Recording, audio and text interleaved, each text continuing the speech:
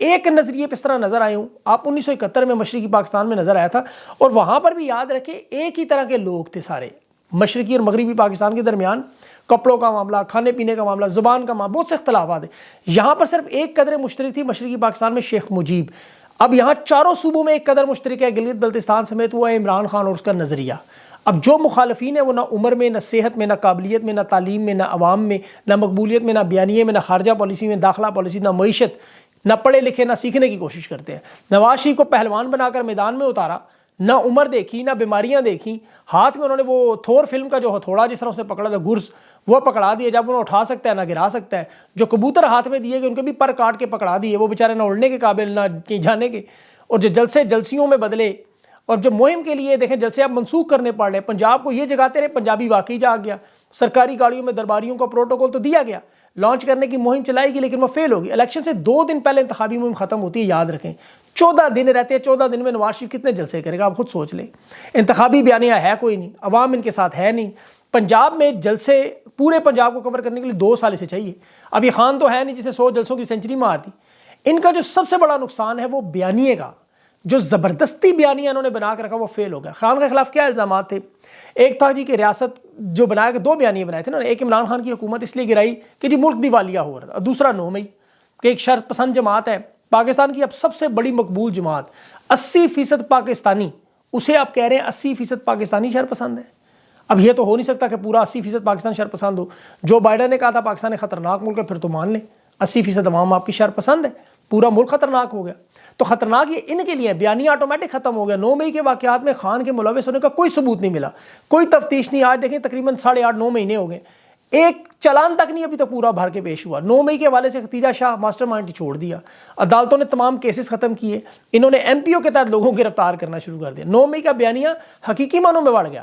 اب قوم اسے ماننے پر, تسلیم کرنے پر تیار ہی نہیں ہے. دوسرا بیانیہ انہوں نے کہا جی کہ عمران خان نے معیشت گرائی, حکومت اس لیے گرائی کہ ملک دیوالیہ. اور آج خود زبیر عمر بول رہے کہ $175, اسٹیٹ بینک میں $16 ارب کے فارن ریزرو پڑے تھے. معیشت کورونا جیسی وبا کے باوجود 6.5 پہ, پیٹرول 145 پہ. اب تحریک عدم اعتماد پیش ہوئی, اس وقت دیوالیہ پن کا خطرہ دور دور تک تھا ہی نہیں. خان کے جانے کے بعد کیا حالات ہوئے کہ ریزرو 3 ارب پہ پہنچ گئے, اور باقی حالات آپ کے سامنے. خاقان عباسی نے بھی تائید کی, مفتاح اسماعیل نے بھی کہا, مصطفیٰ نواز کوکر نے بھی کہا, ان سب لوگوں نے تسلیم کیا. اب نواز شریف بیچارہ کیا کرے؟ زمینی حقائق جو ہے, گراؤنڈ ریالٹی جسے کہتے ہیں, لاہور کی 14 سیٹوں پر نون لیگ کی ضمانت ضبط ہو رہی ہے. یہ میں آپ کو بڑے وثوق سے کہہ رہا ہوں. یہ تحریک انصاف عمران خان کے خلاف آؤٹ آف دا باکس سوچ رہے ہیں, جو عوام نہ سوچ سکے. یہ توڑ نکالنا چاہتے ہیں. ان کی کوششیں کیا ہیں کہ کیا کر سکتے ہیں, لیکن عوام کو پتہ ہے. ایک تو دیکھیں امیدواروں کو دستبردار کروانا الیکشن سے پہلے, الیکشن کے بعد انہیں گھیرنے کی کوشش کرنا, اور تیسرا سیکیورٹی کے حالات. اب یہاں پہ دیکھیں میں آپ کو سب سے بڑی اس کی دلیل دوں. اسلام آباد میں انہوں نے ہائی الرٹ جاری کیا کہ جی سیکیورٹی خدشات ہیں, اسکول یونیورسٹیاں کالج بند کر دیے, جی خودکش حملوں کا خطرہ ہے, خواتین استعمال ہوں گی. اب غیر معینہ مدت تک یونیورسٹیاں کب بند ہوئی؟ الیکشن کے دنوں میں. تمام اسلام آباد میں سیکیورٹی اداروں نے سرچ آپریشن شروع کر دیے. یہ سٹارٹ ہے. کراچی میں جس طرح MKM آپ کو پتہ ہے ان کا ایک 2 نمبر گروپ جو ہے جلسہ کامیاب کروایا گیا پیپلز پارٹی کا زور توڑنے کے لیے. اب اس کا دیکھیں انہیں فائدہ تحریک انصاف کو ہوگا, پہلے بھی ہوا. MKM 2 نمبر گروپ جو ہے وہ ووٹ توڑے گی پیپلز پارٹی کے. آپ کو پہلے بھی یاد ہوگا کہ ایک پریس کانفرنس میں 2 لوگ آئے تھے, ان میں سے ایک شخص اب کراچی میں ہے. اس کی پوری کوشش ہے کہ ہم نے ہر صورت میں MKM کو ایک بڑی طاقت کے طور پہ لانا ہے. تو جو MKM کا یہ 2 نمبر گروپ ہے, یہ تحریک انصاف کے ساتھ معاملات خراب کر کے سیکیورٹی کے ایشو بنا کے وہاں واردات کریں گے. یہ یاد رکھیے گا. تحریک انصاف کو اس سے بڑے غور سے دیکھنا ہوگا, ان کی واردات سے بچنا ہوگا. دوسرا پنجاب میں کیا کر رہے ہیں, اور ان کی اس کی وجہ بڑی سادی ہے, کیونکہ الیکشن آپ کو پتہ ہے سیکیورٹی کے نام پر ابھی بھی جو واردات, جس طرح تحریک انصاف کے امیدوار جب الیکشن کیمپین کرتے ہیں پیچھے پیچھے ایجنسیوں کے لوگ پہنچ جاتے ہیں. اب انہیں گرفتار اضافہ نہیں کر رہے. علاقے کے جو معزز لوگ ہیں جنہیں پگ کہا جاتا ہے, ان کے پاس تقریباً 2000, 8000, 6000 ووٹ ان کے اپنے ذاتی ہیں. ان لوگوں کو ہراساں کیا جاتا ہے, ڈرانے کی کوشش کرتے ہیں. حافظ آباد میں, خانے وال میں انہوں نے واردات کی. باقاعدہ طور پر نون لیگ کے لوگ جو ہے وہ معزز علاقوں کی پوری لسٹ, لوگوں کی لسٹ بناتے ہیں تاکہ ان پر دباؤ بڑھانے ان کے گھر پہنچ جاتے ہیں. اب ان کی جو سب سے بڑی کوشش ہے وہ تحریک انصاف کے امیدوار, انہیں الیکشن سے دستبردار کروائیں الیکشن سے پہلے. کل انہوں نے ایک کوشش کی حلقہ 119 میں 119 میں, اس میں مریم نواز کا جھوٹ 2 نمبری فوراً پکڑی گئی. اور تحریک انصاف کی اسٹریٹجی دیکھیں آپ, شیر افضل مروت جس طرح اپنے حلقے میں لوگوں سے حلف لے, پھر سلمان اکرم راجہ جیسے لوگ ویڈیوز بنا رہے ہیں، پھر اعجاز خان جازی کی حلف نامے کی ویڈیو. یہ تحریک انصاف کے لوگوں کو حلف اٹھانے، عوام کے سامنے خان کے ساتھ وفاداری ساتھ نبھانے کی مہم زور پکڑ چکی ہے، اور یہ بڑا ضروری ہے. دیکھیں اگر سلمان اکرم راجہ جیسا بندہ قرآن پہ حلف دے رہا ہے، جس کو قانون کا پتہ ہے، آئین کا پتہ ہے، تو یہ معاملہ اہم ہے. عوام کو واقعی مطالبہ کرنا چاہیے ان تمام امیدواروں سے کہ کوئی دستبردار نہیں ہوگا، کوئی خان کے نظریے سے نہیں ہٹے گا. ہم سب لوگ جو جان ماریں یہ 2 نمبری نہیں کر سکتے. اب پولنگ سٹیشنوں کے حساب سے دیکھیں، انہوں نے بنائے ہیں کوئی 92,500 پولنگ سٹیشن. ان 92,500 پولنگ سٹیشنوں میں سے 32,000 جو انہوں نے حساس قرار دے دیے. اس 32 کا پھر آدھا کر کے 17,000 کو انتہائی حساس، تو باقی 43-42,000 ہیں وہ سارے نارمل. اب جہاں تحریک انصاف جیت چکی ہے یہ مان گئے، اب جو حساس قرار دیے بلوچستان کے پی اور ان علاقوں کے. لیکن اصل واردات پنجاب کے پولنگ سٹیشن پر جہاں نون لیگ کو جتانے کی کوشش. کل شیر افضل نے بڑی اہم بات کی کہ کھانے کے وقفے کے دوران جو واردات کریں گے 70-80 حلقے، اس نے کہا جہاں لوگوں کو چوکس رہنا ہوگا، اس کا ووٹ چوری. اس کا میں آپ کو بتاتا ہوں طریقہ کیا ہے.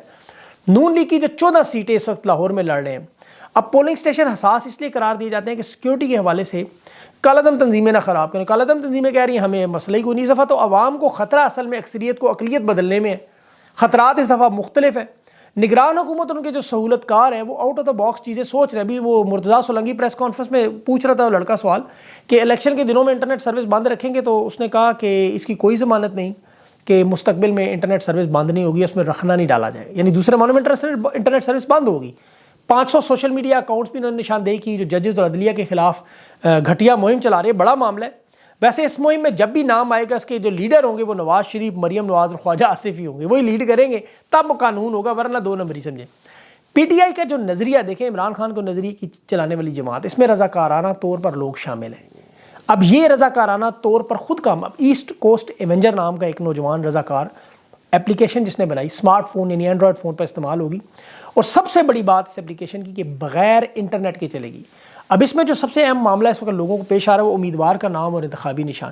یہ دونوں چیزیں اس نوجوان یا جو بھی ہیں انہوں نے مسئلہ حل کر دیا. اس اکاؤنٹ میں جا کے ایپ ڈاؤن لوڈ کریں. اس کا لنک جو ہے وہ انشاءاللہ ڈسکرپشن میں ڈالوں گا. آج اس ویڈیو میں جا کے آپ وہ لنک بھی دیکھ سکتے ہیں. تحریک انصاف میں پاکستان کا یہ ٹیلنٹ میں دیکھ کے سوچ رہا تھا کہ جس طرح واٹس ایپ گروپ بنائے، جس طرح اپلیکیشن بنائی، کاش پاکستان کے حالات بہتر ہوں. یہ نوجوان کیا کیا نہیں کر سکتے. اچھا، اب سرکاری ملازمین وہ پوچھ رہے ہیں جی ہمیں کیا کرنا چاہیے. تو دیکھیں اس میں بہت سی ای میلز آ رہی ہیں. اس کا بڑا سادہ سا حل ہے. آپ کو چھٹی لینی ہوگی فروری کی، آپ کو ویسے بھی 8 چھٹیاں تو آ رہی ہیں. پوسٹل ووٹ مت ڈالیں. یہ چھٹی لے کے باقاعدہ طور پر ووٹ ڈالنے کی کوشش کریں. آپ کو چھوٹی قربانی دینی ہوگی. اب ہر کام خان پہ تو نہ ڈال دیں.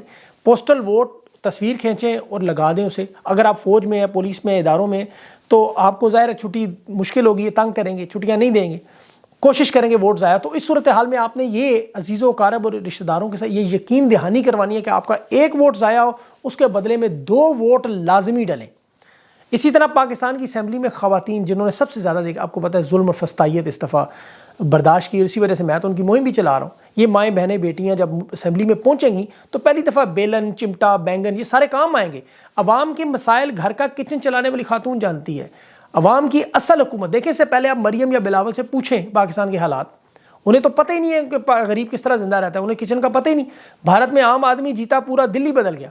تو انشاءاللہ پاکستان کی یہ عوام اس دفعہ اسمبلی میں پہنچے. اور یہ بنگلہ دیش میں بھی ہوا جب شیخ مجیب کی مہم پر بڑے بڑے الیکٹیبلز انہوں نے ہٹائے تو پھر وکلا اور اساتذہ سامنے آئے اور بنگلہ دیش آج آپ کے سامنے. تو اسی لیے یہ آسان الیکشن ہے، کسی کو سمجھانا نہیں پڑتا. 20,000 کا فون ہے اور پیالے میں کپ ڈالیں یا بینگن دے، لوگوں سمجھ آ جاتی انتخابی نشان کیا ہے. تو یہ بڑا سستا ترین الیکشن ہے، نہ خرچہ نہ کچھ، صرف دلیری اور وفا کا مقابلہ ہے. تو لوگ آپ کی مہم ایسے چلا رہے ہیں جنہوں نے زندگی میں کبھی نعرہ نہیں مارا. میں بھی چلا رہا ہوں آپ کی مہم. تو ابھی کوئی ویژن ان لوگوں کا نہیں، کوئی سیاسی معاشی منصوبہ نہیں، کوئی چیلنجز نہیں، انہیں کوئی پتہ نہیں ہے جو چلانے والے ہیں، جو جیت کے آتے ہیں. پاکستان کے مسائل کا حل صرف عام آدمی کے پاس ہے جو خان کے نظریے پر انشاءاللہ وہی حل کریں گے. اب نون لیگ اور پیپلز پارٹی کی نورا کشتی وہ بھی تیسرے مرحلے میں داخل ہے. نون لیگ پنجاب میں گھسنا چاہتی ہے، نون لیگ پیپلز پارٹی پنجاب میں اور یہ نون اس میں. تو یہاں پر چھوٹی سی تجویز میں MNAs MPs کو دینا چاہتا ہوں جو الیکشن لڑ رہے ہیں. یہ بڑا اہم معاملہ ہے، یہ پیغام ضرور ان تک پہنچے. دیکھیں دھاندلی سے بچنے کے لیے آپ نے خود بھی بڑا کچھ کرنا ہے. MNAs MPs اپنے پولنگ ایجنٹوں کا واٹس ایپ گروپ بنانا ہوگا.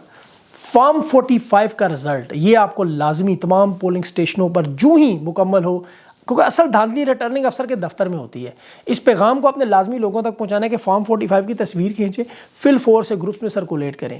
اور یہ معاملہ بڑا اہم ہے. اچھا، دوسرا عدالتوں کے معاملے پر خان کی اڈیالہ جیل میں آپ کو پتہ ہے کیسز ہیں، اہم گواہوں کے آج بیانات ہیں، اس میں سیکرٹری خارجہ ہیں سہیل محمود صاحب اور سائفر جنہوں نے بھیجا تھا اسد مجید صاحب، ان کے آج بیانات ریکارڈ ہوں گے. پھر 190 ملین پاؤنڈ کا کیس بھی ہے، اس کے اوپر بھی ٹرائل پہ درخواست پر سماعت ہے. اور اسلام آباد میں چیف جسٹس جج عامر فاروق صاحب اور جسٹس طارق محمود جہانگیری یہ کیس سنیں گے آج کے. آج عدالت نے اسٹے دینا ہے کہ نہیں دینا، یہ کورٹ آپ کو پتہ ہے جو ٹرائل قانونی لحاظ سے معاملہ فارغ ہے، اس میں بے بنیاد ٹرائل تھا، پہلے کالعدم ہو چکا ہے، تو آج اس پہ بھی اسٹے ہے. جو عدلیہ مخالف مہم ہے اس پہ بھی آپ کو پتہ ہے ایگزٹ کنٹرول لسٹ میں، اسٹاپ لسٹ میں حساس اداروں کے سینکڑوں اکاؤنٹس ڈالے جا رہے ہیں جنہیں پی ٹی اے بلاک کر کے نئی پابندیاں ڈالے گی. اور سپریم کورٹ نے جو صحافیوں پر ایک نیا واردات، سیکیورٹی کے چیک پر موبائل فون ان سے مطلب انٹرویو نہیں کرنے دیں گے، وہاں یوٹیوب کے پروگرام تو خیر بالکل ہی نہیں ہوں گے، کمرہ عدالت میں فون بھی نہیں لا سکتے، صرف اور صرف اہم کیسز میں سلیکٹڈ صحافیوں کو، یہاں یہ لفظ سلیکٹڈ یاد رکھیے کہ انہیں بلایا جائے گا. اور اب مین سٹریم میڈیا کا ایک اجلاس بھی ہوا سوشل میڈیا کے خلاف، آپس میں اتفاق کر کے کیسے لڑنا ہے. اور شہریار افریدی کے کیس میں بابر ستار نے کمشنر پنڈی اور اڈیالہ جیل کے جو ریکارڈ کیپر، ان دونوں کے ناقابل ضمانت وارنٹ جاری کر دیے. اب گرفتار ہو گئے تو معاملہ پتہ آئے گا.